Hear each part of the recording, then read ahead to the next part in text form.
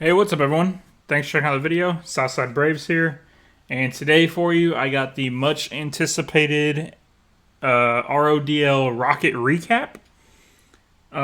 Instead of doing like a weekly one when I've missed like 6 weeks in a row, I figured I'll do a mid-season Rocket recap, and then next week get back to regular weekly ones.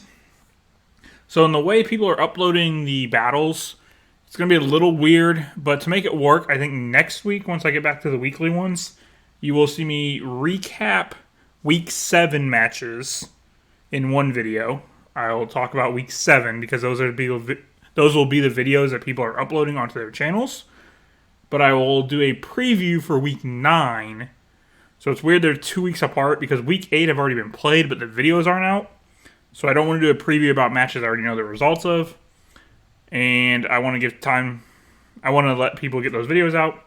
So, yep, next Wednesday you'll see recap of Week 7, breaking down the matches, and then a look ahead to Week 9. So hopefully that makes at least a little sense to what I'm doing and why. Again, it's just a match when people are uploading for the most part. So yeah, all that being said, I'm going to do a mid-season video here. If you don't know, like I said, I've kind of talked about why I've been missing some videos. I haven't paid that close attention like I wish I would have to the first half of the Rocket Draft League season. But I tried to do a little bit of homework before I got into this, and I still want to put out the video. So here is the mid-season Rocket recap. First off, we're going to talk about pick'ems. I did go back and start looking at people's results of those.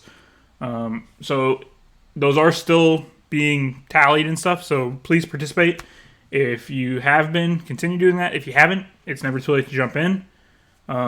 Please start making picks, and we'll see who is the best at predicting these things. So let's take a look at the results we had from the first 6 weeks. I just took the pick'ems for the first 6 weeks, because again, that's the video uploads that we are out right now. So these are from the first 6 weeks. Our winner for the most correct total so far in 6 weeks is Jeremy, who got 26 correct picks.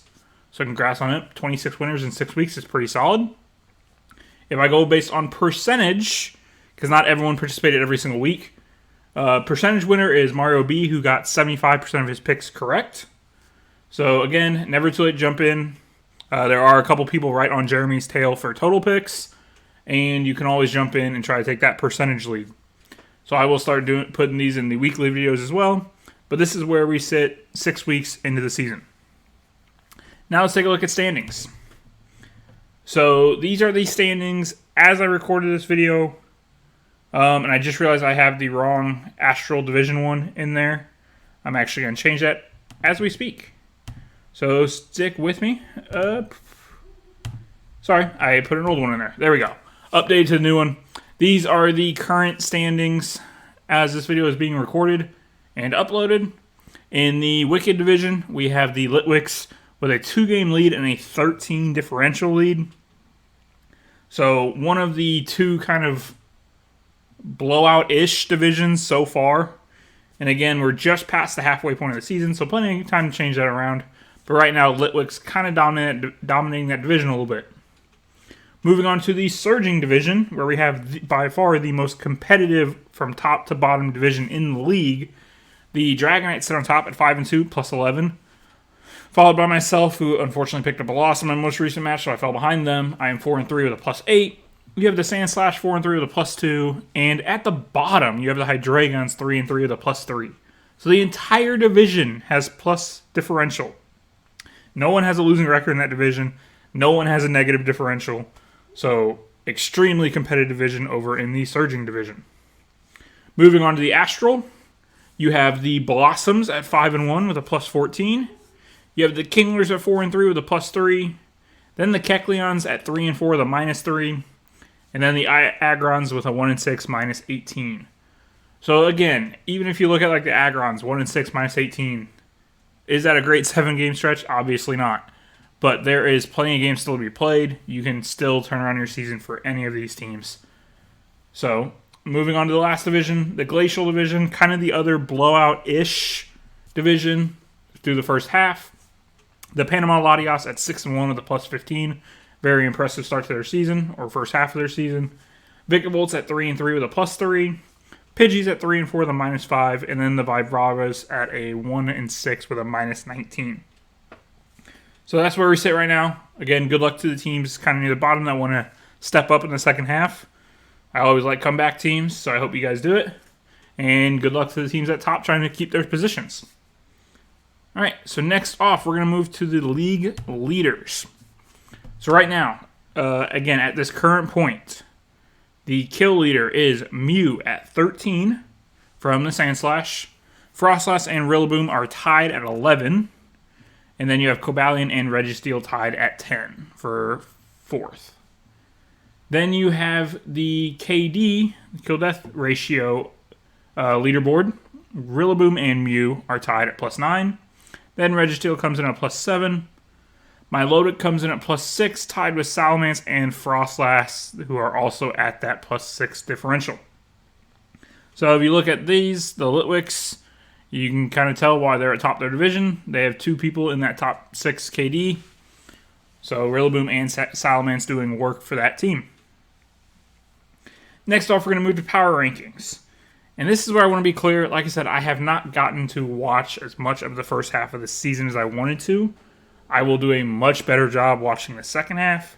So these power rankings, probably more than I've ever done, are really strongly based on standings.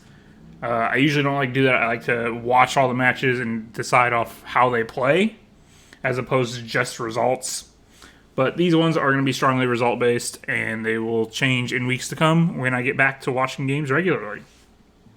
So right now, on my power rankings, we have the Vibravas at 16, Agrons at 15. They're those 2 one-win teams, so kind of deserving to be at the bottom.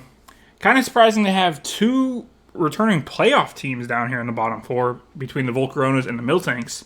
Both returning coaches that made the playoffs last year have not had the start to their seasons that they wanted to. But once again, I can't say it enough. Plenty of time to turn around. And both these 2 are phenomenal coaches, so I almost expect them to. Moving on to the next grouping. 9 through 12 here. Again, a handful of returning coaches here. Pidgeys and Kecleons. The Pidgeys barely missed the playoffs last year. The Kecleons were in the playoffs and a very strong competitor throughout the regular season last year. Kind of also in that same boat, not having the start to the season they wanted. Then you got the Rillabooms in at 10, and the Hydreigons at 9, the highest of the last place division teams. But again, even record plus differential, but somehow in last place of a division. But they find themselves at number 9 in the power rankings. Moving on to 5 through 8. At 8, you have Vikavolt, 7 Sandslash, 6 Kinglers, and 5 myself. These are teams that are having a good season so far, but could still look to improve a little bit. But these teams have got to be happy with where they're at the moment. And if they probably just get a repeat of the first half and the second half of the season, they'll probably find themselves in the playoffs. So, moving on to your top 4. The only 6-win team, the only 1-loss team is the Latias. So they got to find themselves at number 1. And then a handful of the other division winners right now, or division leaders. The Blossoms, the Litwicks, and the Dragonites find themselves in 2 through 4. Only 1 returning coach, I believe, in this group, unless somebody had a logo change I was unaware of. But the Litwicks, I believe, are the only returning coach in this top 4. So, congrats to a bunch of these newcomers putting in a lot of work in this season. Alright, one last part to the video is I'm going to do mid-season MVPs. So, for that, I'm going to do it each division like I normally do for the weekly videos. So for the Wicked, we have with Rillaboom being the MVP of that division so far. For Surging, we have the kill leader in the league. That's Mew. He's got to be the MVP for that division. Astral, you have Registeel. And my personal biggest surprise of these division MVPs so far is in the Glacial division. You have Frostlass putting in a ton of work. So these are your divisional MVPs at the mid-season point of the league. So again, this video is going to be a little shorter than the normal Rocket recaps because I didn't break down matches beforehand, and I'm not previewing matches at the end. This is just your quick mid-season, where everyone sits, what's been going on. So again, next week, Wednesday, Week 7 recap of how that went, break down the matches, stuff like that, like you are used to seeing, and a Week 9 preview where I look forward to the matches for Week 9. I'm going to be watching all the Week 6 and 7 matches in this upcoming 2 weeks or whatever, week and a half or however this works out. But I will be watching all the Week 6 and 7 matches. So good luck to all the coaches. I hope you enjoyed this. Again, I know it was much quicker than normal. Just wanted to get it out there, bring these back, and I hope you look forward to next week's. And yeah, again, good luck to all the coaches. It's been fun so far. Let's make the second half even better. Hope you all have a good night. I'll catch you next time. Bye.